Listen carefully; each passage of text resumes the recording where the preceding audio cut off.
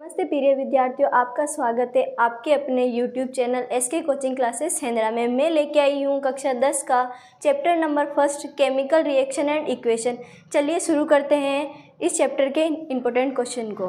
Question number 1 है आपका, वातावरण में लोहे के ऊपर भूरी परत चढ़ने की प्रक्रिया है। वातावरण में लोहे के ऊपर भूरी परत चढ़ने की प्रक्रिया को हम कहते हैं संक्षारण।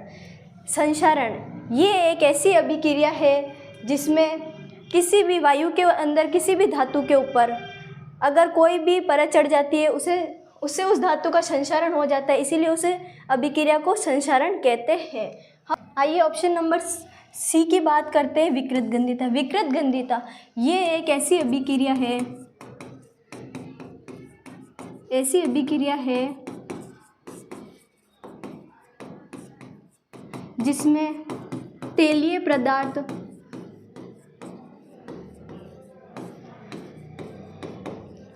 जो कुछ समय बाद खराब हो जाते हैं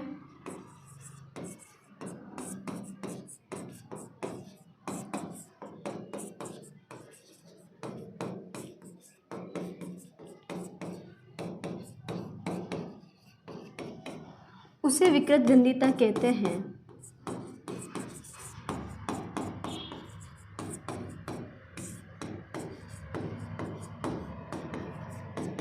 हम जानते हैं कि जब भी दुकानों से हम चिप्स का पैकेट खरीदते, अगर उस चिप्स के पैकेट में से अगर हवा निकल गई है तो उसमें बदबू आएगी, उसी बदबू को हम विकृत गंधिता कहते हैं। आइए हम क्वेश्चन नंबर सेकंड की ओर बढ़ते हैं। क्वेश्चन नंबर सेकंड है आपका, पदार्थ X के विलयन का उपयोग सफेदी करने में होता है। X पदार्थ का नाम बताइए। ऐसा कौन सा पदार्थ है जिसे हम सफेदी करने में घर के अंदर पेंट करने में यूज लेते हैं? वो हमारा होता है कैल्शियम ऑक्साइड। कैल्शियम ऑक्साइड का फॉर्मूला होता है CaO। CaO एक ऐसा पदार्थ है जिसे हम घर में किसी भी तरीके से वाइट पर पुट्टी के रूप में काम में लेते हैं। कैल्शियम हाइड्रोक्साइड का फॉर्मूला होता है कैल्शियम OH2। ये होता है हमारे कैल्शियम हाइड्रोक्साइड का फॉर्मूला। आइए क्वेश्चन नंबर 3 की ओर बढ़ते हैं। इन्हें तेलीय पदार्थ जैसे चिप्स, नमकीन आदि का कुछ दिनों बाद खराब हो जाना कहलाता है। हम क्वेश्चन नंबर 1 में इसके बारे में पढ़ चुके हैं। इसका उत्तर होता है राइट, विकृत गंधिता। विकृत गंधिता कैसे भी, जैसे चिप्स या किसी में से भी हवा, चिप्स के पैकेट में से हवा बाहर निकल गई है तो उसमें से जो बदबू आती है उसे हम विकृत गंधिता कहते हैं। संक्षारण हम क्वेश्चन नंबर 1 के उत्तर में पढ़ चुके हैं, इसलिए हम आगे बढ़ते हैं क्वेश्चन नंबर 4 की ओर। क्वेश्चन नंबर 4 है, इलेक्ट्रॉन त्यागने वाले पदार्थ कहलाते हैं। इलेक्ट्रॉन, हम किसी भी अभिक्रिया को अगर करते हैं तो उसमें अगर इलेक्ट्रॉन का ट्रांसफ़र होगा तो उस अभिक्रिया को हम क्या कहते हैं? इलेक्ट्रॉन ट्रांसफ़र होने की अभिक्रिया को अपचायक कहते हैं। अपचायक एक ऐसी अभिक्रिया है जिसमें किसी भी पदार्थ की अगर हम अभिक्रिया करवाएंगे तो वो अपना इलेक्ट्रॉन ट्रांसफ़र कर देगा, इसे ही अपचायक कहते हैं। ऑप्शन नंबर ए की बात करें, ऑक्सीकरण। अगर उसमें प्लस चार्ज की वृद्धि हो रही है और माइनस चार्ज की कमी, प्लस चार्ज की वृद्धि और माइनस चार्ज की कमी हो रही है तो उसे ऑक्सीकरण अभिक्रिया कहते हैं। ऑक्सी अपचायक ऐसी अभिक्रिया जिसमें ऑक्सीजन के बॉन्ड की तो वृद्धि और हाइड्रोजन की कमी, उसे हम ऑक्सी अपचायक कहते हैं। उत्प्रेरक हम अभिक्रिया को स्टार्ट करने के लिए डालते। किसी भी अभिक्रिया अगर वो रुक गई है तो उसमें कैटालाइसिस उत्प्रेरक डाल दे तो वो अभिक्रिया तुरंत स्टार्ट हो जाएगी। क्वेश्चन नंबर 5 की ओर बढ़ते हैं। लोहे की जिंक से लेपित करने की अभिक्रिया को कहते हैं। लोहे को जिंक से अगर किसी भी लोहे पदार्थ है उसको किसी भी जिंक के सॉल्यूशन में डालेंगे तो उस अभिक्रिया को क्या कहते हैं? उस अभिक्रिया को हम यदश्म लेपन कहते हैं। ये एक स्पेसिफिक नेम रिएक्शन है। इसमें जैसे लोहा है, लोहे का सूत्र होता है Fe प्लस जिंक के साथ में लोहे की अभिक्रिया करवाएंगे तो उसे स्पेसिफिक नाम से बोलेंगे यदश्म लेपन। ये एक ऐसी अभिक्रिया है जो ये नाम से आपके फर्स्ट नेम रिएक्शन यदश्म लेपन रिएक्शन है। आगे बढ़ते हैं क्वेश्चन नंबर 6 की ओर। क्वेश्चन नंबर 6, लोहे की कील को कॉपर सल्फेट के विलयन में डालने पर कॉपर सल्फेट के विलयन का नीला रंग धूसर हो जाता है। इस अभिक्रिया को कौन सी अभिक्रिया कहते हैं? इस क्वेश्चन में हमें अभिक्रिया का नाम बताना है, ये कौन सी अभिक्रिया हो रखी है। पहले हम इस अभिक्रिया को लिखेंगे कि ये अभिक्रिया कैसे हो रही है। लोहे की कील, लोहे को हम Fe बोलते हैं, plus copper sulphate, copper sulphate का सूत्र होता है CuSO4, ये A है, प्लस BC। अगर हम A को C से हटाकर B से हटाकर C को जोड़ दें तो ये कहलाती है विस्थापन अभिक्रिया। जैसे हम Fe को SO4 से जोड़ दें और कॉपर को बाहर निकाल दें, क्योंकि Fe अधिक कॉपर की तुलना में अधिक क्रियाशील तत्व है, इसीलिए Fe SO4 के साथ जुड़कर कॉपर को बाहर निकाल देता है। इस अभिक्रिया को विस्थापन अभिक्रिया कहते हैं। और इस ऑप्शन में देखना है कि विस्थापन अभिक्रिया कहाँ लिखी हुई है, तो ये ऑप्शन नंबर C लिखा हुआ है विस्थापन, तो हमारा राइट हो जाता है ऑप्शन नंबर C विस्थापन। ये अभिक्रिया विस्थापन अभिक्रिया कहलाती है। हम क्वेश्चन नंबर 7 की ओर बढ़ते हैं। क्वेश्चन नंबर 7 है आपका, नीचे दी गई अभिक्रिया के संबंध में कौन सा कथन असत्य है। इस क्वेश्चन में सबसे पहले अपन को ये देखना है सत्य है या असत्य, तो हम सबसे पहले इस पर लगा देते हैं कि हमें इस क्वेश्चन में देखना है असत्य। फिर सेकंड हम ऑप्शन बढ़ते हैं, तो इसमें अपचयित, उपचयित, उपचयित और अपचयित आ रहा है। इनके बारे में हम नॉर्मली बात करें तो इसको हम सबसे पहले LHS और RHS के बारे में पढ़ लेते हैं। LHS लेफ्ट हैंड साइड और RHS राइट हैंड साइड। अगर हम LHS की बात करें, अगर अपचयित और उपचयित आता है तो हम सबसे पहले ये देखेंगे अपचयित और उपचयित दोनों ही, अपचयित और उपचयित। अगर अपचयित की बात करें तो ऑक्सीजन की कमी और हाइड्रोजन की वृद्धि,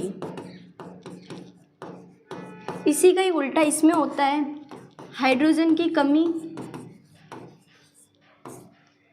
और ऑक्सीजन की वृद्धि। RHS की तरफ से हम कभी भी अपचयित और उपचयित नहीं देखते हैं, तो हम सबसे पहले बात करते हैं सीसा। सीसा किसे बोलते हैं? सीसा इसे बोलते हैं Pb को। कार्बन डाइऑक्साइड,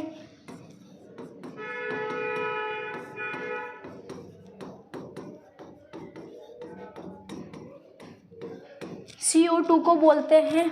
फिर बात बोलते हैं कार्बन, कार्बन सिर्फ C को बोलते हैं, और लेड ऑक्साइड,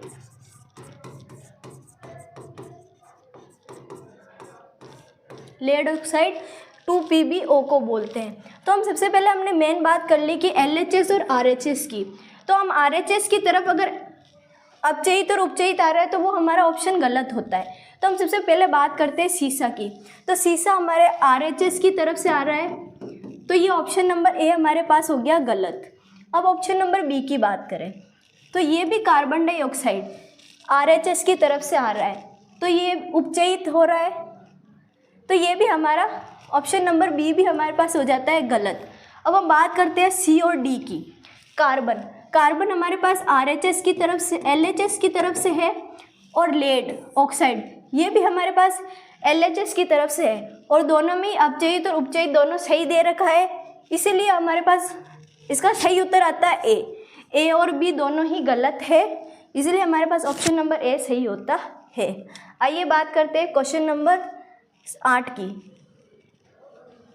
क्वेश्चन नंबर 8 है आपका, लोहे चूर्ण पर तनु हाइड्रोक्लोरिक अम्ल डालने से क्या होता है। जब भी लोहे चूर्ण और तनु हाइड्रोक्लोरिक अम्ल को डालते हैं तो हाइड्रोजन गैस और आयरन क्लोराइड बनता है, तो हमारा ऑप्शन नंबर राइट हो जाता है A। इसी के साथ हम क्वेश्चन नंबर 9 की ओर बढ़ते हैं। क्वेश्चन नंबर 9 है आपका, थर्मिट अभिक्रिया किसे कहते हैं, इसकी रासायनिक समीकरण व 2 उपयोग लिखिए। थर्मिट अभिक्रिया ये एक विस्थापन अभिक्रिया है, इसमें अत्यधिक मात्रा में ऊष्मा बाहर निकलती है, इसीलिए इसे ऊष्माक्षेपी अभिक्रिया कहते हैं। किसी भी अभिक्रिया में अगर ऊष्मा बाहर निकल रही है तो उसे ऊष्माक्षेपी अभिक्रिया कहते हैं। हम इसके समीकरण की बात करें तो आयरन 3 क्लोराइड, ये रहा हमारा आयरन 3 क्लोराइड।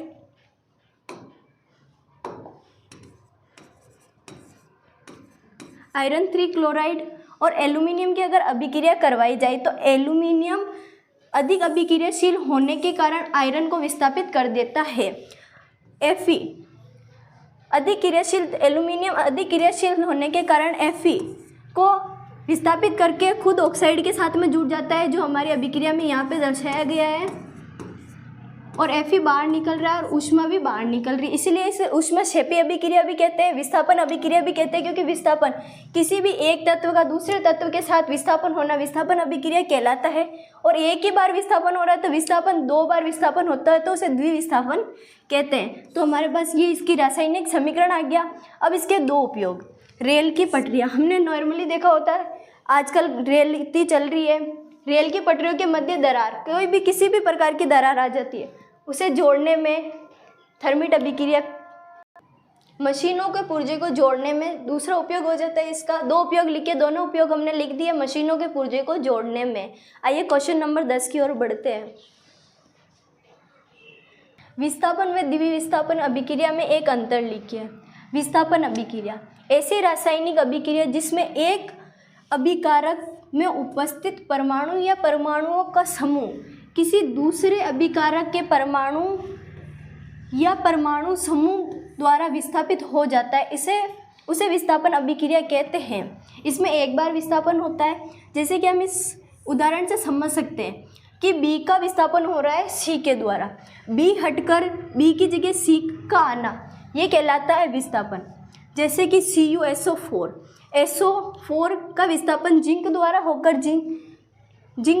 होकर सर रोको,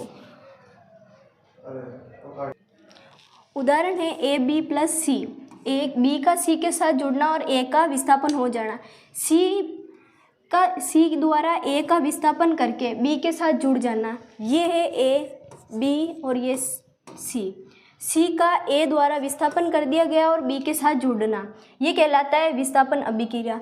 Cu का विस्थापन होकर Zn का SO4 के साथ में जुड़कर और कॉपर का बाहर निकलना, ये कहलाता है विस्थापन अभिक्रिया। द्विविस्थापन ऐसी रासायनिक अभिक्रिया जिसमें उत्पादों का निर्माण अभिकारकों के बीच आयनों के आदान प्रदान से होता है। कोई सी भी अभिक्रिया है उसमें कम क्रियाशील तत्व का अधिक क्रियाशील तत्व द्वारा 2 बार विस्थापन द्विविस्थापन कहलाता है। उदाहरण AB, ये होता है A, B, C और D। B का C के साथ जुड़ना और A का D के साथ जुड़ना, ये कहलाता है द्विविस्थापन।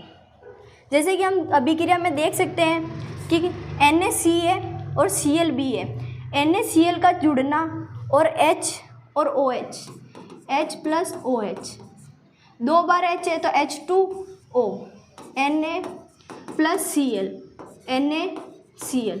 ये हमारे पास 2 पदार्थ अलग अलग जगह से AB प्लस CD से हमने CB प्लस AD बनाया, 2 बार विस्थापन हुआ, इसीलिए इस अभिक्रिया को द्विविस्थापन कहते हैं। आइए बढ़ते हैं क्वेश्चन नंबर 11 की ओर। रेडॉक्स अभिक्रिया किसे कहते हैं? अभिक्रिया ZnO plus carbon Zn plus CO में किस पदार्थ का अपचयन और किसका अपचयन हो रहा है, उपचयन और किसका अपचयन हो रहा है। रेडॉक्स या अपापचयी अभिक्रिया वे रासायनिक अभिक्रिया जिसमें ऑक्सीकरण अथवा अपचयन अभिक्रिया साथ साथ चलती है, अर्थात ऑक्सीकरण अभिक्रिया में इलेक्ट्रॉन निष्कासित होता है तथा अपचयन अभिक्रिया में इलेक्ट्रॉन ग्रहण किया जाता है। इस अभिक्रिया को रेडॉक्स अभिक्रिया कहते हैं। अभिक्रिया जैसे ZnO और कार्बन, जिंक की अगर कार्बन के साथ में अभिक्रिया करवाई जाए, Zn ऑक्साइड जिंक ऑक्साइड की अभिक्रिया कार्बन के साथ में करवाई जाए तो जिंक और कार्बन ऑक्साइड, कार्बन का ऑक्साइड के साथ में जुड़कर जिंक में ऑक्सीजन की कमी हो रही है और इधर ऑक्सीजन की वृद्धि हो रही है। तो हम इस क्वेश्चन को समझे, अगर इलेक्ट्रॉन ग्रहण किया जाता है, अभिक्रिया में इलेक्ट्रॉन निष्कासित होता है, इसमें एक इलेक्ट्रॉन का निष्कासन होकर कार्बन के साथ में जुड़ रहा है, एक का तो इलेक्ट्रॉन का निष्कासन और दूसरे के द्वारा ग्रहण, ये कहलाती है हमारी रेडॉक्स और अपापचयी अभिक्रिया। इसमें अपचयन हो रहा है कार्बन का, एक में कार्बन की कमी हो रही है और एक में ऑक्सीजन की वृद्धि हो रही है, तो इसे अपचयन अभिक्रिया या अपापचयी अभिक्रिया रेडॉक्स अभिक्रिया कहते हैं। अपचयन हो रहा है कार्बन का, अपचयन हो रहा है ZnO का। क्वेश्चन नंबर 12 की ओर बढ़ते हैं। क्वेश्चन नंबर 12 है आपका, वायु में जलाने से पहले मैग्नीशियम रिबन को साफ क्यों किया जाता है? वायु में दहन करने से पहले मैग्नीशियम फीते रिबन को साफ इसीलिए किया जाता है क्योंकि मैग्नीशियम धातु अधिक अभिक्रियाशील तत्व है। जब ये धातु के संपर्क में आता है, ये किसी भी वायु के संपर्क में आता है, तो इसकी सतह पर मैग्नीशियम ऑक्साइड की एक परत बनती है जिससे ये मैग्नीशियम को दहन से रोकती है। इसीलिए इस परत को हटाने के लिए दहन से पहले इसे रेंगमाल से साफ किया जाता है। मैग्नीशियम ये एक अधिक क्रियाशील तत्व है।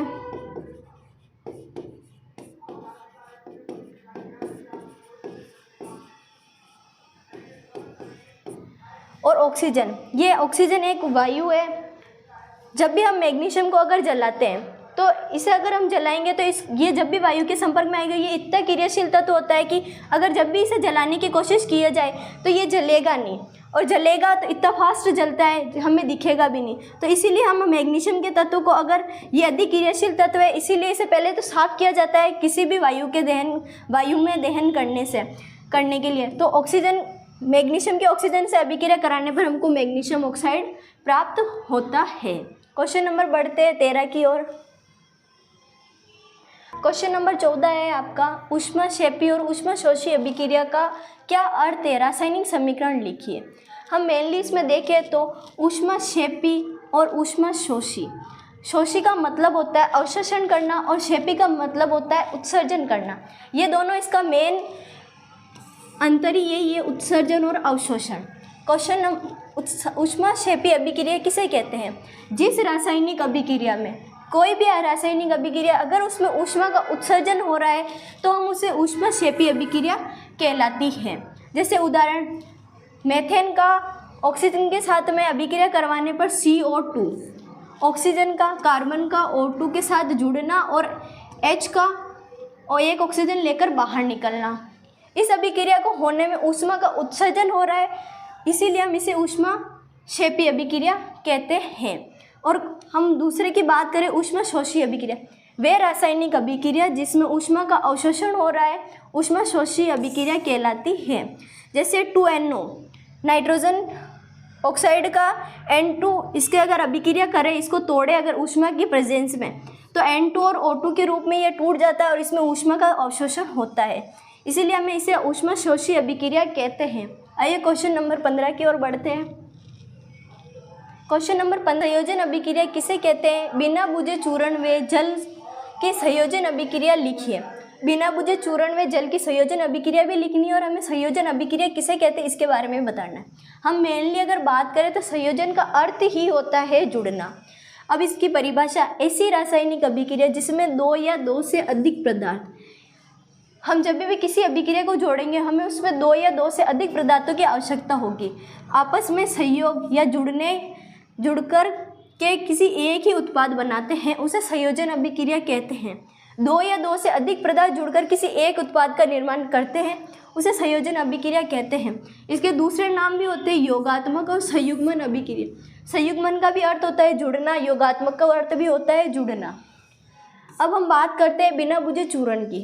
तो बिना बुझे चूर्ण का फॉर्मूला होता है CaO, कि जल के साथ में जल का सूत्र होता है H2O से अभिक्रिया होती है तो बुझे हुए चूर्ण से कैल्शियम हाइड्रोक्साइड का निर्माण होता है CaO प्लस H2O। अगर हम इसे तोड़े तो 2H और 1 ऑक्सीजन की प्राप्ति होगी और CaO, कैल्शियम ऑक्साइड और H2O यानी कि जल। हमारे पास कैल्शियम 1 है तो ये हमने कैल्शियम 1 लिख दिया, 2H है हमारे पास और 2 ही ऑक्सीजन है, तो हम इसको 1O 1H और 2, दोनों की ही 2 ऑक्सीकरण अवस्था है तो हम दोनों को नीचे लिख देंगे। ये हमारा हो गया कैल्शियम हाइड्रोक्साइड का फॉर्मूला। इसी के साथ हम समाप्त करते हैं आज के इम्पोर्टेंट क्वेश्चन को, हम समाप्त करते हैं आज के इस वीडियो को। अगर आपको हमारा ये वीडियो अच्छा लगा हो तो हमारे YouTube चैनल को लाइक, शेयर एंड सब्सक्राइब कीजिए और मिलते हैं नेक्स्ट वीडियो के साथ में। जय हिंद, धन्यवाद।